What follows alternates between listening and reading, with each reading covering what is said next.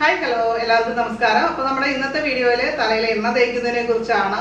ദിവസവും യാത്ര ചെയ്യുന്നവരാണ് നിങ്ങളെങ്കിൽ ഡെയിലി എണ്ണ തേച്ച് കുളിക്കേണ്ട കാര്യമില്ല. അതായത് തല മുടി കഴുകുമ്പോൾ ആഴ്ചയിൽ 2-3 പ്രാവശ്യം മാത്രം നല്ല രീതിയിൽ എണ്ണ വയ്ക്കുക, എണ്ണ തേച്ച് പിടിപ്പിക്കുക. അതിനുശേഷം നമുക്ക് ഷാമ്പു വാഷ് അല്ലെങ്കിൽ താളി ഉപയോഗിച്ച് മുടി കഴുകി വൃത്തിയാക്കാവുന്നതാണ്.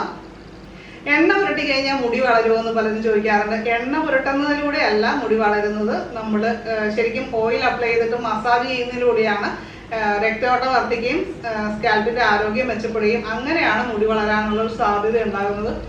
അതുകൊണ്ട് തന്നെ എണ്ണയിലല്ല കാര്യം, നമ്മുടെ മസാജിങ്ങിലാണ് കാര്യം എന്ന് മനസ്സിലായില്ല. അതുകൊണ്ട് ഒരുപാട് വില കൊടുത്ത് എണ്ണ വാങ്ങിക്കണമെന്ന് നിർബന്ധമൊന്നുമില്ല. പിന്നെ കഷണ്ടി ഉള്ളവർക്കൊക്കെ അതിനനുസരിച്ചുള്ള എണ്ണകളുണ്ട്. അപ്പോൾ അത് ഉപയോഗിക്കുന്നത് തീർച്ചയായിട്ടും നല്ലത് തന്നെയാണ്.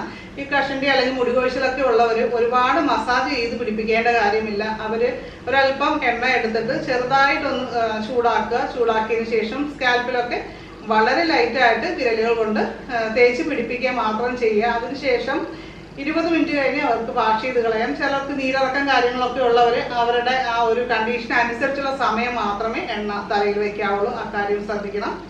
അപ്പോൾ എണ്ണ തേച്ചിട്ട് മുടി ചീകുന്ന ആൾക്കാരുണ്ട്. എണ്ണ തേച്ചിട്ട് നമ്മൾ മുടി ചീകുന്നത് മുടി കൊഴിയാനുള്ള സാധ്യത, മുടി പൊട്ടിപ്പോവാനുള്ള സാധ്യതയുള്ള കാര്യമായതിനാൽ ചടയൊക്കെ കളയുന്നത് എപ്പോഴും എണ്ണ തേക്കുന്നതിന് മുന്നേ ആയിരിക്കാനായിട്ട് ശ്രമിക്കുക. അതിനുശേഷം നമുക്ക് നല്ല രീതിയിൽ എണ്ണയൊക്കെ തേച്ചിട്ട് പിന്നെ നമുക്ക് ഒരു 20 മിനിറ്റ് കഴിഞ്ഞ് വാഷ് ചെയ്ത് കളയാം. ആ രീതിയിൽ ചെയ്ത് നോക്കുക. ഇനി മുതൽ താരനുള്ളവർ തീർച്ചയായിട്ടും താളി ഉപയോഗിച്ച് മുടി കഴുകുന്നത് നല്ലതാണ്. അവരുടെ താളിയിൽ തീർച്ചയായിട്ടും നമുക്ക് ഉൾപ്പെടുത്താവുന്ന കാര്യങ്ങളെന്ന് പറഞ്ഞാൽ ഉലുവ ചതച്ച് ചേർക്കാം. അതുപോലെ തന്നെ ചെമ്പരത്തി പൂവും ഇലയും, അതുപോലെ തന്നെ വെള്ളില, കുറുന്തോട്ടി ഇല, ഇതൊക്കെ ചതച്ച് ചേർത്തൊക്കെ നമ്മൾ താളി മാറി ഉണ്ടാക്കി ഉപയോഗിക്കുന്നത് താരൻ പോകാനായിട്ട് പിന്നെ ഒരു മരുന്നിൻ്റെയും ആവശ്യമില്ല. നമുക്ക് നാച്ചുറലായിട്ട് തന്നെ താളി ഉപയോഗിക്കുന്നതിലൂടെ തന്നെ നമുക്ക് ഈ ഒരു താരൻ അകറ്റാനായിട്ട് സാധിക്കും. അപ്പോൾ ഇന്നത്തെ വീഡിയോ നിങ്ങൾക്ക് ഇഷ്ടമായിട്ടുണ്ടെങ്കിൽ ലൈക്ക് ചെയ്യാനും കമന്റ് ചെയ്യാനും മറക്കരുത്. അതുപോലെ തന്നെ ചാനൽ ആദ്യമായിട്ട് കാണുന്നവരാണെങ്കിൽ സബ്സ്ക്രൈബ് ചെയ്ത് ബെല്ലൈക്കൺ ക്ലിക്ക് ചെയ്ത് ഓർമ്മ സെലക്ട് ചെയ്യാം.